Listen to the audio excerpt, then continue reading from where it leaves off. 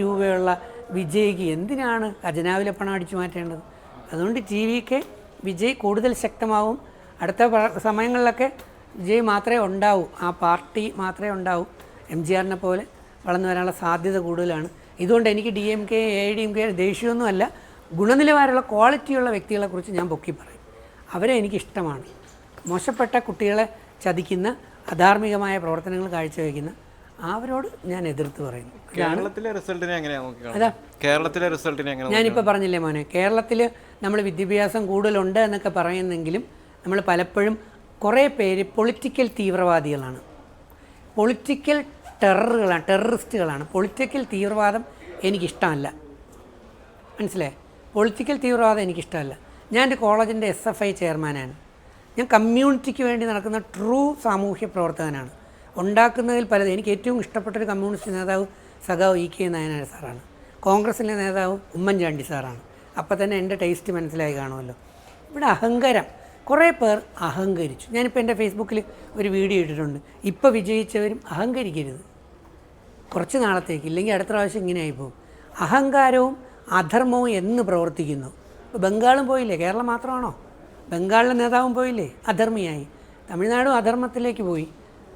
Then Sabarimala നമ്മൾ നോക്കിയാൽ മതി, നമ്മൾ എവിടെയെല്ലാം ആരൊക്കെ അഹങ്കരിച്ചോ. സിനിമയിലും അത് തന്നെ.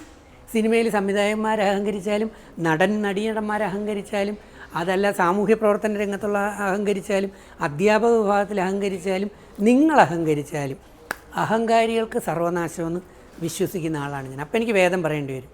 ഭാഗവതത്തിലൂടെ ഹിരണ്യാക്ഷനും ഹിരണ്യകശിപുവിൻ്റെയും തകർച്ച, മഹാഭാരതത്തിലൂടെ കൗരവന്മാരുടെ തകർച്ച, രാമായണത്തിലൂടെ ആരുടെ തകർച്ച? രാവണൻ്റെ തകർച്ച. ദെൻ ഭാഗവതത്തിലൂടെ തന്നെ കംസൻ്റെ തകർച്ച.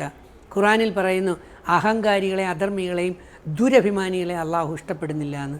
ബൈബിൾ പറയുന്നു എളിമയും വിനയവും ഉള്ളവന് മഹിമ ലഭിക്കുമെന്ന്. ഞാൻ ചോദിക്കട്ടെ, എന്തിനാടാ ഈ അഹങ്കരിക്കുന്നത്? ഇന്ന് രാത്രി നീ കിടന്നുറങ്ങിയാൽ നാളെ രാവിലെ നീ എണീക്കുമെന്ന് എന്തെങ്കിലും ഉറപ്പുള്ള രീതിയിലാണോ നമ്മൾ ജീവിക്കുന്നത്? അല്ല. അപ്പോൾ ഉള്ള സമയത്ത് നമ്മൾ പരസ്പരം അങ്ങോട്ടും ഇങ്ങോട്ടും സഹായിച്ച്, നീ ഇപ്പോൾ എനിക്കൊരു 5 സിനിമ ചാൻസ് വാങ്ങിച്ചു തന്നു, ഞാൻ അതിൽ അഭിനയിച്ചു, നന്ദിയോടുകൂടി ഞാൻ നിന്നെ ഓർക്കുന്നു. ഖുറാൻ പറയുന്നുണ്ട് ജനങ്ങളധികം പേര് നന്ദിയില്ലാത്തവരാണ്. ഞാൻ നന്ദിയോടെ ഓർക്കുന്നു.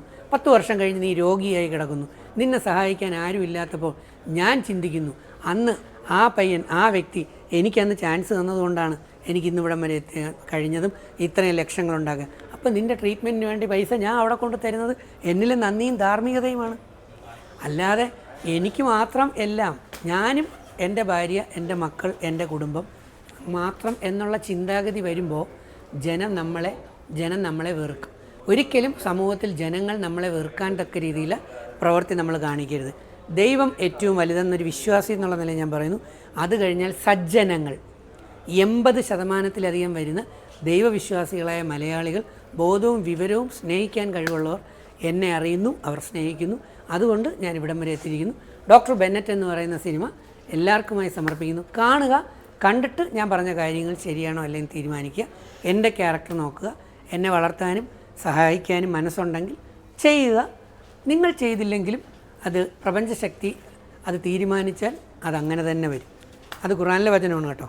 ദൈവം ഒരാളെ വളർത്താൻ തീരുമാനിച്ചാൽ മനുഷ്യൻ വിചാരിച്ചാൽ തടയാൻ പറ്റില്ല. ഇനി മനുഷ്യൻ വളർത്താൻ നോക്കിയാലും ദൈവം വളർത്താൻ തയ്യാറായില്ലെങ്കിൽ അവൻ അധിക വളർച്ച ഉണ്ടാവുകയില്ല. സോ സർവവും ദൈവത്തിൽ സമർപ്പിക്കുന്നു. അതുപോലെ തന്നെ ഇപ്പോൾ ബിഗ് ബോസിൽ തന്നെയാണെങ്കിൽ ബിഗ് ബോസ് കഴിഞ്ഞതിന് ശേഷം ഇപ്പോൾ അഖിൽ മാരാർ, റോബിനെ പോലെയുള്ളവർ കുണ്ടറയിലും തൃക്കാക്കരയിലും മത്സരിച്ചു, അതിൽ മത്സരിച്ചു. പക്ഷെ അവർക്ക് എന്താ പറയുക, ഒരു ഭൂരിപക്ഷം ഒന്ന് മോനെ, സമയത്തിന് ഇലക്ഷന് മത്സരിക്കാൻ നേരത്ത് മാത്രം നമ്മൾ ആട്ടിൻ തോലുകൾ അങ്ങോട്ട് ഇടുകയും അല്ലെങ്കിൽ നമ്മൾ നല്ല വേഷം കെട്ടുകയും, നമ്മൾ അതിന് മുമ്പ് നമ്മൾ കാട്ടിക്കൂട്ടിയ പ്രവർത്തനങ്ങൾ എന്താണെന്ന് ഈ ജനങ്ങളെല്ലാം പലപ്പോഴും എല്ലാവരെയും മനസ്സിലാക്കി വെച്ചേക്കുകയല്ലേ. പ്രത്യേകിച്ച് ബിഗ് ബോസ് ഷോ പോലെയുള്ള ഷോയിൽ ഇന്ന് വരെയുള്ള 7 സീസണിലൂടെ 150-ലധികം പരം മത്സരാർത്ഥികളെ ജനം കണ്ടിരിക്കുകയല്ലേ. ആണോ അല്ലയോ? ആണ്. അത് കഴിഞ്ഞ് ആളോണേ സഡൻ ഞാൻ നല്ലൊരു വ്യക്തിയാണെന്ന് പറഞ്ഞാൽ പോലും ജനം എടുക്കുന്നില്ലെങ്കിൽ അതിൻ്റെ അർത്ഥം എന്താണ്? അതാണ് സംഭവം. അപ്പം നമ്മളുടെ പെരുമാറ്റത്തെ, നമ്മുടെ സ്വഭാവത്തെ ശുദ്ധീകരിച്ച് നല്ലതാക്കിയാൽ വരും ഇലക്ഷനുകളിലെങ്കിലും നമ്മൾ വല്ലതുമൊക്കെ വിജയിച്ചു എന്ന് വരും. മനസ്സിലായോ? നീ എനിക്ക് നാളെ ഒരു ചാൻസ് തന്നാൽ നിന്നോട് എനിക്ക് നന്ദിയുണ്ടാവും. പക്ഷേ ഞാൻ പാർട്ടി എന്ന് പറയുന്നത് ജീവനില്ലാത്തതാണ്. ഒരു പാർട്ടിക്ക് ഒരിക്കലും ജീവനില്ല, അതറിയാമോ? പാർട്ടി ജീവൻ വെക്കുന്നത് എപ്പോഴാണ്? അതിലെ സംഘാടകരും അണികളും ചേരുമ്പോഴാണ്, അല്ലേ? ഇപ്പം നമ്മളെല്ലാം കൂടെ ചേർന്നൊരു പുതിയ പാർട്ടി തുടങ്ങുകയാണ്. ആ പാർട്ടിക്ക് നമ്മൾ കൊടുക്കുന്നതാണ് ബൈലോ. അത് നല്ല മനുഷ്യർ ചേർന്നിട്ടുള്ള ബൈലോയാണ് ചേർത്തിട്ടുള്ളതെങ്കിൽ ആ പാർട്ടി നല്ലതാവില്ലേ? അതാണ് TVKയുടെ പുതിയ പാർട്ടിയിലുണ്ടാകുന്ന ആശയങ്ങൾ. അപ്പോൾ ഇവിടെ തോറ്റ പാർട്ടിക്ക് നല്ല ബൈലോ ഇല്ലാത്തതുകൊണ്ടാണ്. ഏതാ തോറ്റ പാർട്ടി? ഇവിടെ ഒരു പാർട്ടിയും തോറ്റില്ലല്ലോ. പാർട്ടിയിലും ജയിച്ചവരുണ്ടല്ലോ. തോറ്റ പാർട്ടി എന്ന് പറഞ്ഞൊരു പാർട്ടി ഇല്ല ഇവിടെ. ഭരണം കിട്ടാത്തത് കൊണ്ട് തോറ്റു എന്ന് പറയാൻ പറ്റുമോ? വ്യക്തികൾ. അപ്പം ജനങ്ങൾക്ക് ഏറ്റവും കൂടുതൽ ഇഷ്ടപ്പെട്ടത് ആരെയാണ്? അവരെയാണ്. മറ്റുള്ളവരുടെ ഇഷ്ടം കുറച്ച് കുറഞ്ഞു. വിജയ് എന്നുള്ളൊരു ആളെ മാത്രം മുൻനിർത്തി മതി. നേതാവ് നല്ലതാണെങ്കിൽ അണികൾ നന്നായിക്കോളും. നേതാവ് ഉടായിപ്പാണെന്നുണ്ടെങ്കിൽ അണികൾക്ക് എന്ത് പറ്റും? അണികൾക്ക് വലിയ വില ഉണ്ടാവാൻ പോകുന്നില്ല. നേതാവാണ് ഏറ്റവും പ്രധാനം. ഒരു പാർട്ടി സെക്രട്ടറി അല്ലെങ്കിൽ പാർട്ടിയുടെ പ്രസിഡന്റ് എന്ന് പറയുന്നത് ഏറ്റവും പ്രധാനപ്പെട്ടതാണ്. ഒന്ന് ആലോചിച്ച് നോക്കൂ. ഇപ്പം ഞാനൊരു സംഘടനയുടെ പ്രസിഡൻ്റാണ്. ആരാണ് ഞാൻ? ഉടായിപ്പാണ്, സൂത്രക്കാരനാണ്, തല്ലിപ്പൊളിയാണെന്നുണ്ടെങ്കിൽ എൻ്റെ അണികൾ എങ്ങനെ ഇരിക്കും? മഹാരാജാവ് നല്ലതാണെങ്കിൽ അവിടെയുള്ള പ്രജകളെല്ലാം നന്നായി തന്നെ വരും.